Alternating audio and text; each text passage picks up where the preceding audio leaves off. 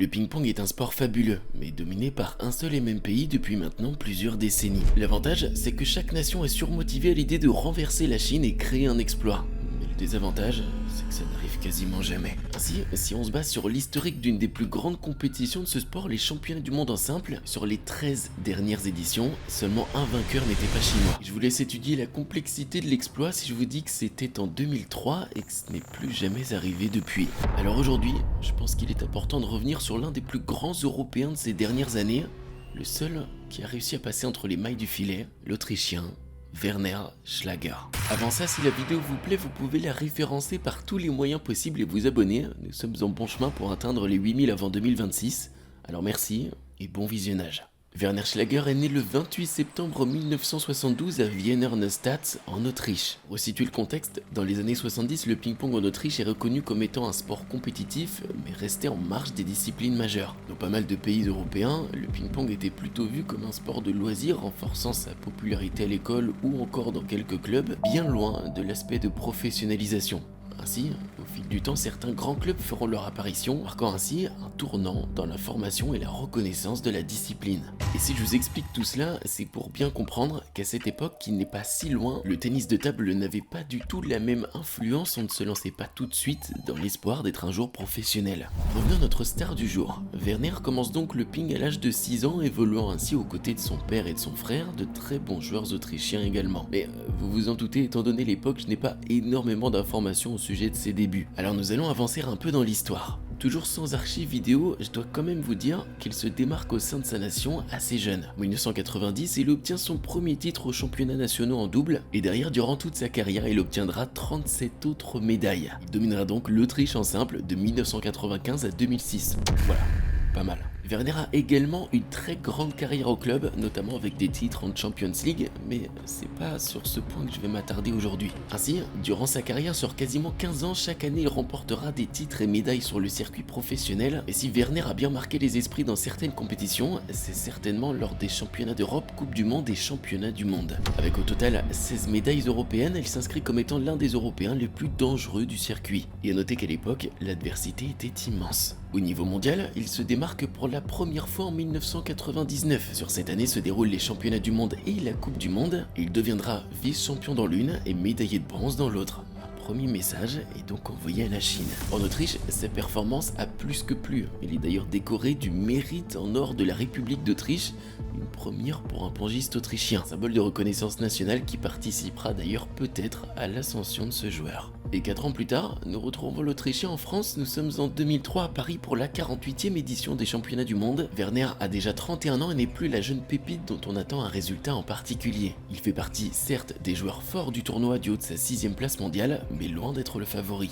Devant lui, l'armada chinoise de Kong Linghui, Wang Liqin ou encore Ma Lin était plus en vogue. Et justement, Werner entamera sa compétition en 64e de finale, il battra successivement des adversaires de plus en plus forts jusqu'en quart de finale, où il va devoir affronter l'un des Chinois les plus forts de sa génération, Wang Liqin. Première énorme adversité qui aurait dû stopper l'Autrichien dans sa lancée, Wang est le champion du monde en titre et numéro 1 mondial de l'époque. Le match va être d'une intensité rare. Le vainqueur sera le premier à atteindre 4 manches gagnantes de 11 points, et la première manche ira au Chinois, déroulant littéralement toute sa palette de jeu. Jusqu'à la révolte de l'Autrichien à la seconde manche, c'est Werner qui va recoller, faisant parler de ses meilleurs schèmes de jeu, basés sur un gros service travaillé avec une attaque surpuissante derrière. Mais alors que les deux hommes se sont neutralisés sur les 2 premières manches, Wang Liqin transformé sème l'écart. Il déroule et se retrouve à mener 3 manches à 1, 4-1. L'Autrichien, loin de s'être avoué vaincu, remonte avant de se retrouver dans une nouvelle situation difficile dans la manche suivante. Mener à nouveau 10-6 et 3-7 à 2, il est dos au mur. Le Chinois a 4 balles de match pour clôturer une rencontre qui aurait dû être une formalité pour lui. Mais par un brillant courage, Werner y croit, il a travaillé son mental dès le plus jeune âge, il resserre le jeu tout en ayant conscience que pour le Chinois, la situation est également stressante. Ainsi, il va grappiller jusqu'à revenir à égalité puis l'emporter. Alors, après un combat acharné, les deux joueurs se retrouvent pour un dernier face-à-face dans la manche décisive qui délivrera au vainqueur une place en demi-finale. Au 7ème set, ce n'est plus le même Werner Schlager, il est transcendé. Tandis que de l'autre côté, le Chinois est lui anéanti mentalement par la remontada inespérée de son adversaire. Ainsi, devant le public en folie d'un palais omnisport de Paris-Bercy entièrement pour lui, il va se qualifier pour l'avant-dernière étape du tournoi de la plus belle des manières.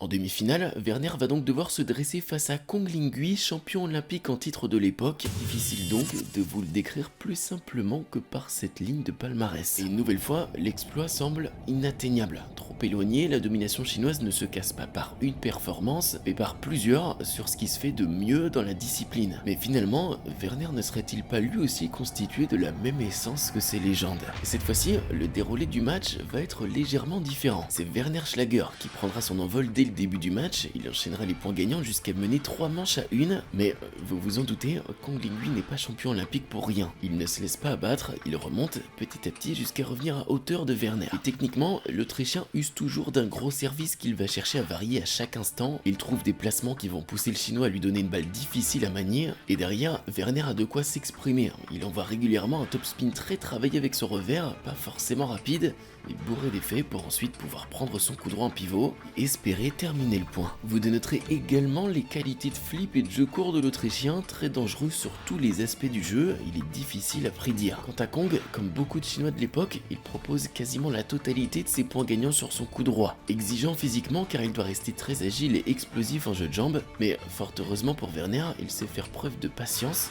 notamment en bloc, pour soit pousser à la faute, soit trouver la bonne balle à contre-attaquer. Ainsi, au fil du match, les échanges sont exceptionnels. Les deux nous sortent un match XXL pour le plus grand bonheur des Français qui découvrent ici un fabuleux sport. Et dans la manche décisive, c'est Werner qui prendra l'ascendant, il est d'un calme glacial, maîtrisant parfaitement ses émotions pour les recentrer sur le match, et ainsi, malgré une rencontre à haute intensité sur tout point de vue, il va batailler jusqu'à cette fameuse balle, 3 partout, 13-12 pour Werner, puis la délivrance.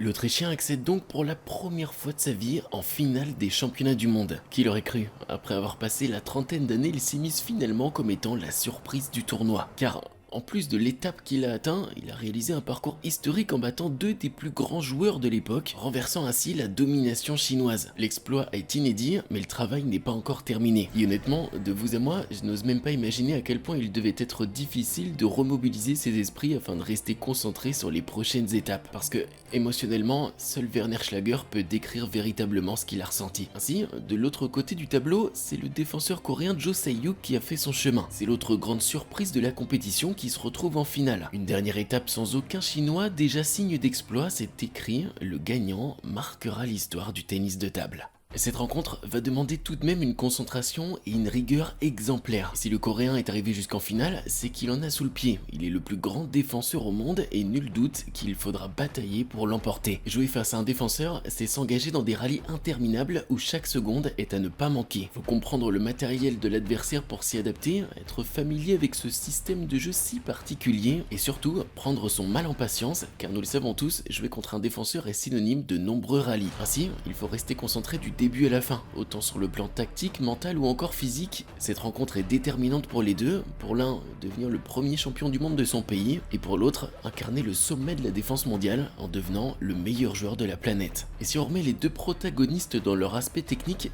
Werner Schlager est lui un attaquant qui sait tout faire, démarrage fort ou en rotation avec son revers, il est assez libre en coup droit adoptant les placements qu'il désire, en bloc il est également présent à la table, et dans le jeu court, il est je dirais très dangereux, notamment de par ses capacités d'attaque forte. Et au service, c'est tout simplement l'un des meilleurs. Et surtout, combinez cela ensemble et vous obtenez un Autrichien capable de battre 2 des meilleurs Chinois. Et inutile de parler de ses capacités mentales lorsque je viens de vous montrer les scénarios des 2 matchs précédents. De l'autre côté, nous avons Jo Se-hyuk, un défenseur moderne qui au moment de la finale n'a que 23 ans, moins d'expérience mais plus de physique. Il utilise ses coupes à mi-distance ou encore loin de la table pour amener ses adversaires à la faute et au moindre relâchement, il bondira sur la balle pour réaliser des contre-attaques fulgurantes en coup droit. Ainsi, dans cette rencontre, Schlager va faire une bonne entame de match. Il impose son rythme en topspin rotation, forçant Jo Se-hyuk à défendre bas, ce qui profite à l'Autrichien. Il est patient et maîtrise parfaitement le jeu. Dès lors que le Coréen change de rythme, Werner joue de cela en variant lui ses placements et la vitesse de jeu.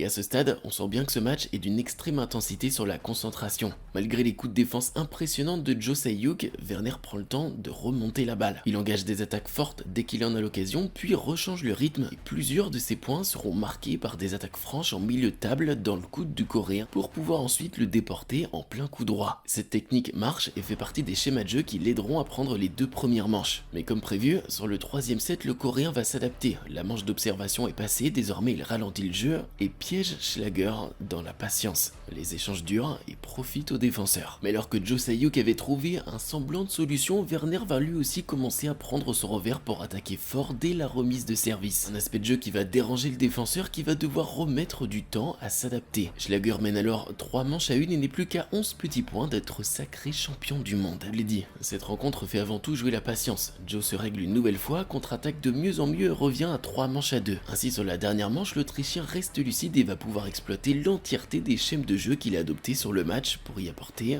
une variation de jeu extrêmement large. Il varie rythme et vitesse, placement et rotation et perfore les défenses du coréen. La dernière manche est plus que serrée, toute la salle est tendue, mais la victoire revient au plus fort du jour qui n'est autre que Werner Schlager, nouveau champion du monde de tennis de table.